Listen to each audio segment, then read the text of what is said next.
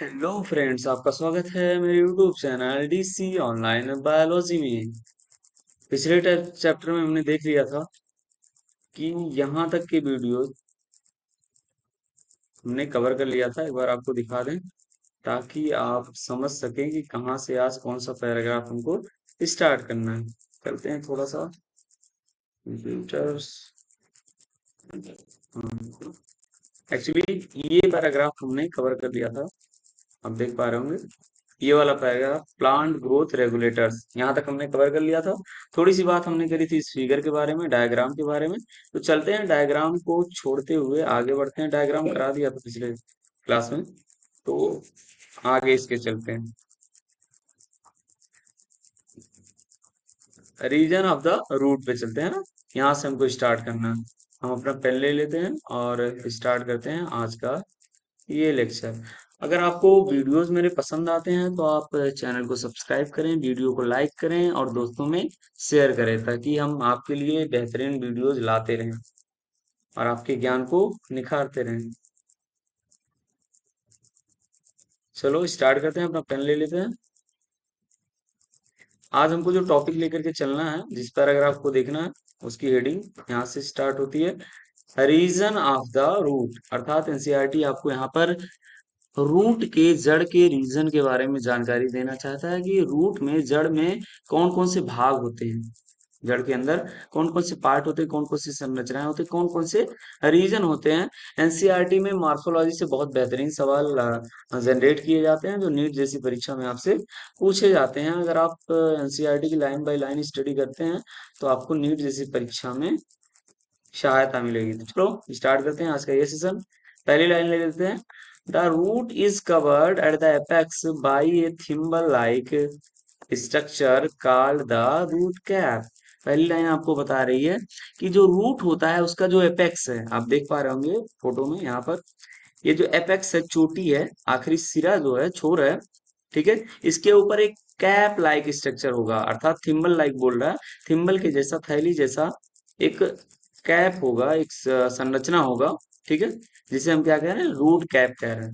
पहली जानकारी आपको मिल पाई। क्या बतानी चाह रही है एनसीईआरटी है? एनसीईआरटी आपको एनसीईआरटी आपको बता रही है कि जो रूट का सबसे आखिरी छोर होता है, जो उसका एपेक्स होता है, वहां पर एक कैप लाइक, एक थैली जैसी संरचना होती है जिसे रूट कैप का नाम देते हैं, ठीक है। अब ये आपको फोटो में दिख रहा होगा, ये रहा आपका रूट कैप, आप देख पा रहे होंगे सबसे एपेक्स पे लगा हुआ है, ठीक है। तो इसके आगे वाली लाइन ले लेते हैं। फिगर से आपको चीजें ज्यादा समझ में आएंगी, इसीलिए एनसीईआरटी ने सब फिगर ड्रा करके रखा है ताकि आपको कोई प्रॉब्लम ना हो। चलते हैं, अगली लाइन ले लेते हैं। It protects the tender apex of the root as it makes its way through the soil। अब आपको बता रहा है कि आपने रूट कैप तो देख लिया, ये रहा संरचना रूट कैप का। आखिर ये रूट कैप करता क्या है, काम क्या होता है, तो आपको बताया जा रहा है इट प्रोटेक्ट्स, ये सुरक्षा देता है। टेंडर एपेक्स मतलब जो एपेक्स आगे बढ़ रहा है, जो चोटी, जो सिरा आगे जमीन, रूट का जो जड़ का आगे वाला सिरा है, जो जमीन में बढ़ता हुआ जा रहा है, उसको प्रोटेक्ट करने का काम करता है, उसको सुरक्षा देने का काम कर रहा है। बात समझ पा रहे हैं? रूट कैप जो है, रूट कैप जो थिम्बल लाइक स्ट्रक्चर है, वो क्या काम करता है, वो प्रोटेक्शन का काम करता है। किसके प्रोटेक्शन का काम करता है? जो रूट का जो एपेक्स है वो नीचे की तरफ बढ़ता हुआ जा रहा है, जमीन को भेदते हुए बढ़ता हुआ जा रहा है, उसके ऊपर ये कैप लाइक स्ट्रक्चर होता है जो उसको क्या करता है, जमीन के अंदर बढ़ने में हेल्प करता है। आप सोच करके देखें, अगर ये नई नई कोशिकाएं बन रही हैं, एपेक्स बन रहा है, नई नई कोशिकाएं, अभी इसके ऊपर भित्ति ज्यादा, इस पे भित्ति जो इसकी है वो बहुत ज्यादा हार्ड नहीं होती, बहुत सॉफ्ट होती है, क्योंकि अभी नई नई कोशिकाएं बनी हुई हैं, तो इसके ऊपर भित्ति जो है वो ज्यादा मोटी नहीं हो पाती। ऐसे केस में अगर ये जाएगा सॉइल से, मिट्टी से टकराएगा, कंकड़ से टकराएगा, तो ऐसे में टूट सकता है, क्षतिग्रस्त हो सकता है, डैमेज हो सकता है। तो इसके ऊपर एक खोल चढ़ जाता है, एक टोपी चढ़ जाती है, एक कैप चढ़ जाता है जो इसे बचाता है, किससे? ताकि ये क्षतिग्रस्त ना हो जाए, चोट ना पहुंच जाए। बात समझ पा रहे हैं? ठीक है, चलते हैं, अगली लाइन ले लेते हैं। उम्मीद करते हैं यहाँ तक बातें आपको समझ में आई होंगी। यहाँ मिटा देते हैं ताकि आपको क्लियर समझ सकें आप इस बात को। चलते हैं, आगे चलते हैं। A few millimeter above the root cap, क्या बोला, इतनी लाइन आपको बता रही है कि फ्यू मिलीमीटर, कुछ मिलीमीटर ऊपर, किससे, रूट कैप के, रूट कैप के कुछ मिलीमीटर ऊपर, ऊपर एक रीजन पाया जाता है, the region of meristematic activity. एक रीजन पाया जाता है जिसे क्या नाम देते हैं, रीजन ऑफ मेरिस्टेमेटिक का नाम देते हैं, या मेरिस्टेमेटिक एक्टिविटी का नाम देते हैं। क्या समझ पा रहे हैं? अब देखिए यहाँ पर, तो ये रहा आपका रूट कैप, और रूट कैप के कुछ मिलीमीटर एबव, ऊपर, यहाँ पर कुछ मिलीमीटर एबव एक रीजन पाया जाता है जिसे नाम देते हैं रीजन ऑफ मेरिस्टेमेटिक एक्टिविटी। अब इसका मतलब क्या है, मेरिस्टेमेटिक एक्टिविटी का मतलब क्या है, कि यहाँ पर जितनी भी कोशिकाएं पाई जाएंगी वो सब सक्रिय होंगी, एक्टिव होंगी। किस काम के लिए, मेरिस्टेमेटिक के लिए, विभाजन करने के लिए, विभोज्योतक के लिए। बात समझ पा रहे हैं? अर्थात यहाँ पर जो कोशिकाओं का समूह होगा, जो रीजन होगा, वो विभाजन की टेंडेंसी बहुत ज्यादा रखेगा, अर्थात विभाजन करने की क्षमता इसमें अपार पाई जाएगी। ठीक है, दो बातें आपने देखा, एक रूट कैप क्या होता है, फिर रूट कैप से कुछ मिलीमीटर ऊपर, ऊपर कुछ एमएम ऊपर जो होता है, एक दूसरा रीजन होता है जिसे कहते हैं मेरिस्टेमेटिक जोन, या रीजन ऑफ मेरिस्टेमेटिक एक्टिविटी का नाम देते हैं। चलते हैं थोड़ा सा और एक लाइन और लेते हैं, समेटते हैं। उम्मीद करते हैं कि आपको मेरे द्वारा दी गई जानकारी समझ में आ रही होगी। नेक्स्ट अगली लाइन ले लेते हैं। The cells of this region are very small. पहली बात इन्होंने बता दिया, कोशिकाओं का यह समूह बहुत स्मॉल होता है, बहुत छोटा होता है। ये जो रीजन है, रीजन ऑफ मेरिस्टेमेटिक एक्टिविटी, ये बहुत ही शॉर्ट होगा, बहुत ही छोटा होगा। ठीक है, और क्या खास बात है इसमें, थिन वाल्ड, यहाँ की जो कोशिकाएं होंगी वो कैसी होंगी, थिन वाल्ड होंगी। थिन का मतलब पतली, वाल्ड का मतलब भित्ती वाली।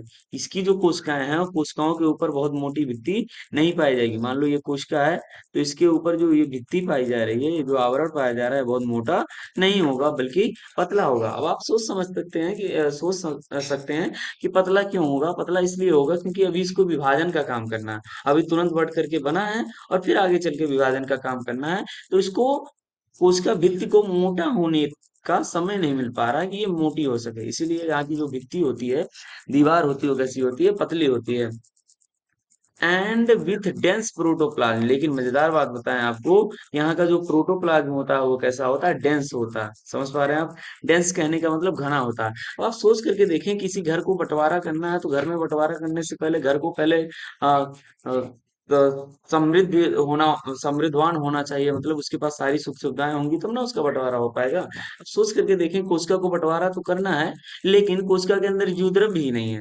प्रोटोप्लाज्म भी नहीं है, तो कोशिका बंटने का कोई मतलब है? अरे जिस चीज को बांटना है वो पर्याप्त मात्रा में होगा तब ना बटेगा वो। आप कह रहे हैं कि ये जो मेरिस्टेमेटिक जोन है, यहाँ पे मेरिस्टेमेटिक का काम करना है, कोशिका विभाजन का काम करना है। अगर इस प्रकार की कोशिकाओं में डेंस प्रोटोप्लाज्म नहीं होगा, प्रोटोप्लाज्म की मात्रा अधिक नहीं होगी, तो क्या विभाजन का काम हो पाएगा, नहीं हो पाएगा। इसीलिए यहाँ की जितनी कोशिकाएं होती हैं वो कैसी होती हैं, थिन वॉल्ड होती हैं, और साथ ही साथ इनका प्रोटोप्लाज्म जो होता है वो डेंस होता है। ठीक है, हमको लगता है कि ये लाइनें आपको समझ में आ गई हैं, तो आगे बढ़ जाते हैं। क्या आप हमारे साथ आगे बढ़ना चाहेंगे? चलो चलते हैं, नेक्स्ट अगला ले लेते हैं। अगली बात आपको बता रही है, पेन हमारा गायब हो गया है, ले लेते हैं। They divide repeatedly. क्या देख पा रहे हैं आप, दे डिवाइड रेपिटेडली। रेपिटेडली मतलब, कहने का मतलब है कि बार बार। और यहाँ पर दे का क्या मतलब है, मेरिस्टेमेटिक एक्टिविटी वाली जोन में जो कोशिकाएं पाई जा रही हैं उनके बारे में बात की जा रही है। ये जो कोशिकाएं हैं, ये बहुत तेजी के साथ बार बार डिवाइड होंगी। रिपीटेडली मतलब बार बार डिवाइड करेंगे। ठीक है, चलो आगे चलते हैं। आप अगर ऐसे ही हमारे वीडियोस को देखते रहे तो आपको एनसीईआरटी इंग्लिश वाली पढ़नी आ जाएगी। इसके बाद आप ग्रेजुएशन करें, या आगे चल के किसी परीक्षा की तैयारी करें, पीएचडी करें, कोई प्रॉब्लम आपको नहीं होगी। चलते हैं, अगली लाइन ले लेते हैं। The cells proximal to this region undergo rapid elongation. आप समझ पा रहे हैं? प्रॉक्सिमल और डिस्टल दो नाम होते हैं, एक को कहते हैं प्रॉक्सिमल और एक को कहते हैं डिस्टल। अब आपको हम समझाना चाहेंगे कि प्रॉक्सिमल है क्या और डिस्टल क्या है। ठीक है, देख लेते हैं यहाँ पर, इस फोटो के द्वारा हम समझेंगे। जैसे अगर इसको हम सेंटर मान लें, इसको हेड मान लें, मतलब मेन केंद्र मान लें इसे, ठीक है। तो इससे जो चीज पास है, जैसे ये जहाँ पे आप देख रहे हैं, ये मेरा पॉइंटर है, इंडिकेट कर रहा है, ठीक है। इस ये वाला जो हिस्सा है वो इस केंद्र के, इस सेंटर के पास है, तो इसे कहेंगे प्रॉक्सिमल। इसे क्या कहेंगे? प्रॉक्सिमल का नाम दे रहे हैं, पी बना दे रहे हैं, आप समझ जाना। प्रॉक्सिमल जो यहाँ पास पे है, इस केंद्र के पास है, उसे प्रॉक्सिमल का नाम देंगे। और जो इससे दूर है उसे क्या नाम देंगे? डिजिटल का नाम देंगे। ये डी बना दे रहे हैं, इसका मतलब डिजिटल। तो जो संरचना केंद्र के सेंटर से पास में है उसे प्रॉक्सिमल कहेंगे, और जो दूर है उसे डिजिटल कहेंगे। अब मैंने प्रॉक्सिमल और डिजिटल क्यों बताया है, ये हम लोग इस लाइन में देख लेंगे क्यों बताया है मैंने।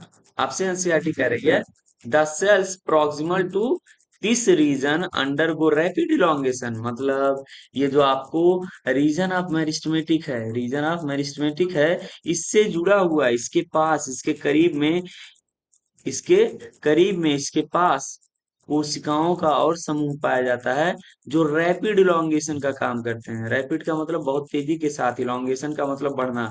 तो यहाँ से यहाँ तक का जो जोन है, ये रीजन है, ये बहुत तेजी के साथ बढ़ता है, इलोंगेट होता है, ठीक है। और ये प्रॉक्सिमल क्यों बोला जा रहा है? प्रॉक्सिमल इसलिए बोला जा रहा है क्योंकि ये मेरिस्टेमेटिक कोशिका के पास है, बिल्कुल एकदम करीब है। देखें, मेरिस्टेमेटिक जोन यहाँ पे है, यही बिल्कुल पास पास, ठीक है। तो इसे प्रॉक्सिमल का नाम दे रहा। तो क्या देखा आपने? आपने देखा कि जो मेरिस्टेमेटिक जोन के पास वाला जो रीजन है, वो बहुत तेजी के साथ क्या कर रहा है? इलोंगेट हो रहा है, बहुत तेजी के साथ बढ़ रहा है, ठीक है। एंड यहां से ले लेते हैं line, and enlargement and are responsible for growth growth of the root in the length। कह रहा है कि ये जो प्रॉक्सिमल रीजन है, ठीक है, वो तेजी के साथ वृद्धि करेगा, और क्या काम करेगा? जिसके कारण रूट की लेंथ, रूट की लंबाई में वृद्धि होगी।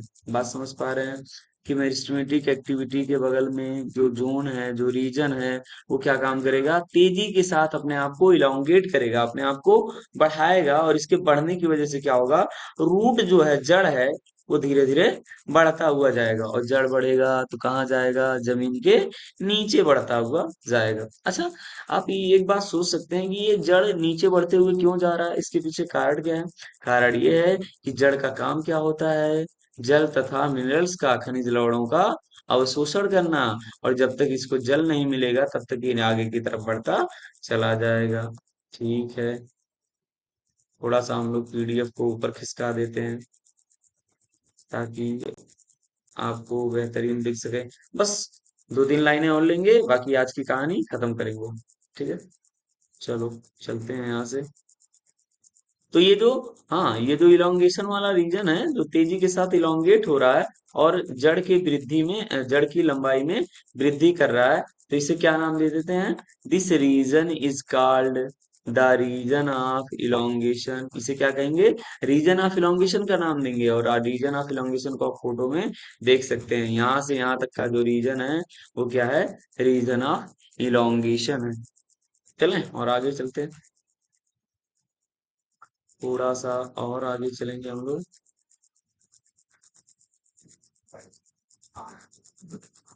थोड़ा लैपटॉप का प्रोसेसिंग स्लो है, ठीक है। अगली बार लैपटॉप लेंगे तो बढ़िया क्वालिटी का लेंगे, ठीक है। ये थोड़ा हल्का काम कर रहा है, चलते हैं।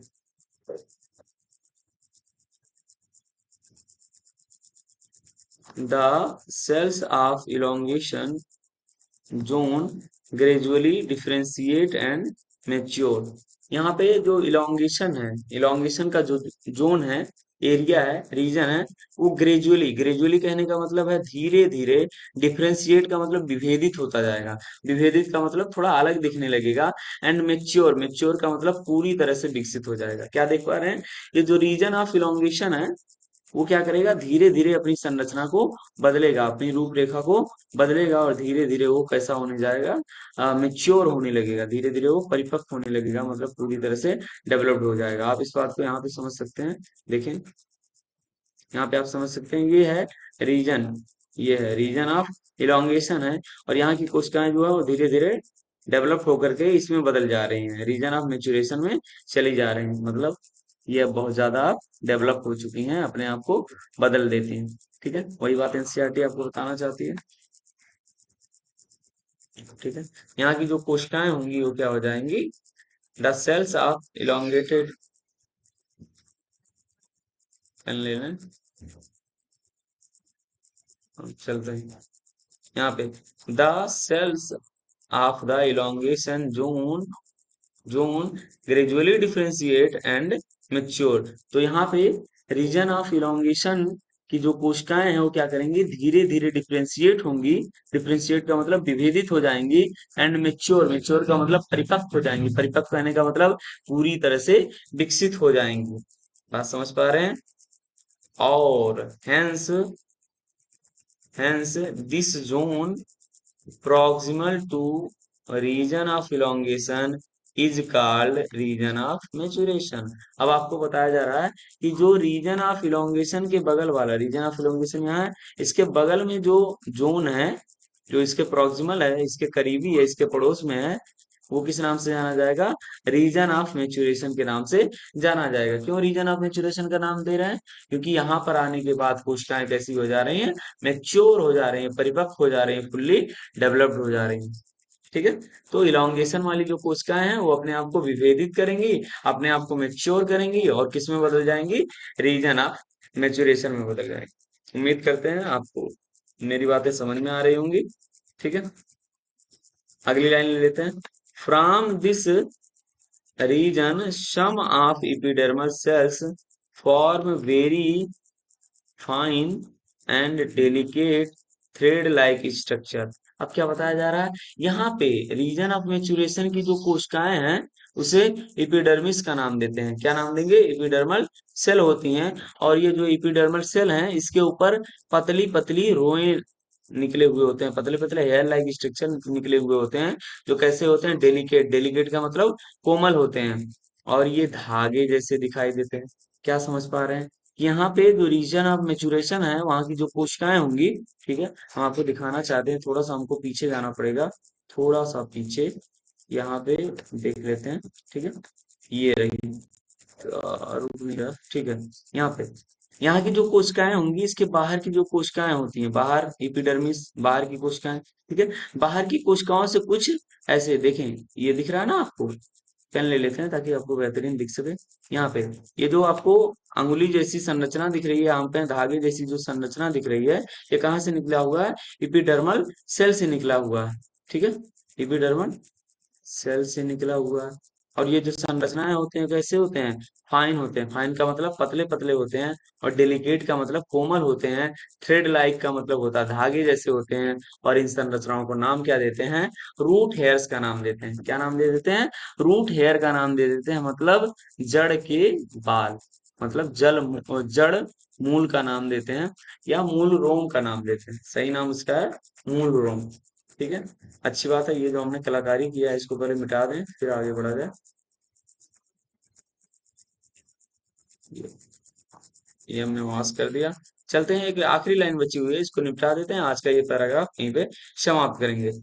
दीज रूट हेयर्स, ये जो रूट पे निकले हुए बाल हैं क्या काम करेंगे, एब्जॉर्ब वाटर, ये वाटर को, जल को अवशोषित करने का काम करेंगे, and minerals from the soil, क्या काम करेंगे, जल को अवशोषित करेंगे, और साथ ही साथ खनिज लवण को, खनिज लवण किसे कहते हैं, जो आपको जमीन के नीचे से साल्ट्स मिलते हैं, आयंस मिलते हैं, उससे क्या कहते हैं, खनिज लवण कहते हैं। तो जल और खनिज लवण दोनों अवशोषित होंगे किसके द्वारा, रूट हेयर के द्वारा, किसके द्वारा अवशोषित होंगे, रूट हेयर के द्वारा अवशोषित होंगे। ठीक है, आज का वीडियो यहीं समाप्त करते हैं। उम्मीद है कि आपको मेरा ये वीडियो पसंद आया होगा। अगर आपको ये वीडियो पसंद आता है तो चैनल को सब्सक्राइब करें, वीडियो को लाइक करें और दोस्तों को शेयर करें। अगला वीडियो हम लेकर के आएंगे मॉडिफिकेशन ऑफ रूट्स। ठीक है, आप अपनी स्टडी को जारी रखें, उम्मीद करते हैं, दुआ करते हैं कि आपको सफलता जरूर मिले। वीडियो देखने के लिए बहुत बहुत धन्यवाद।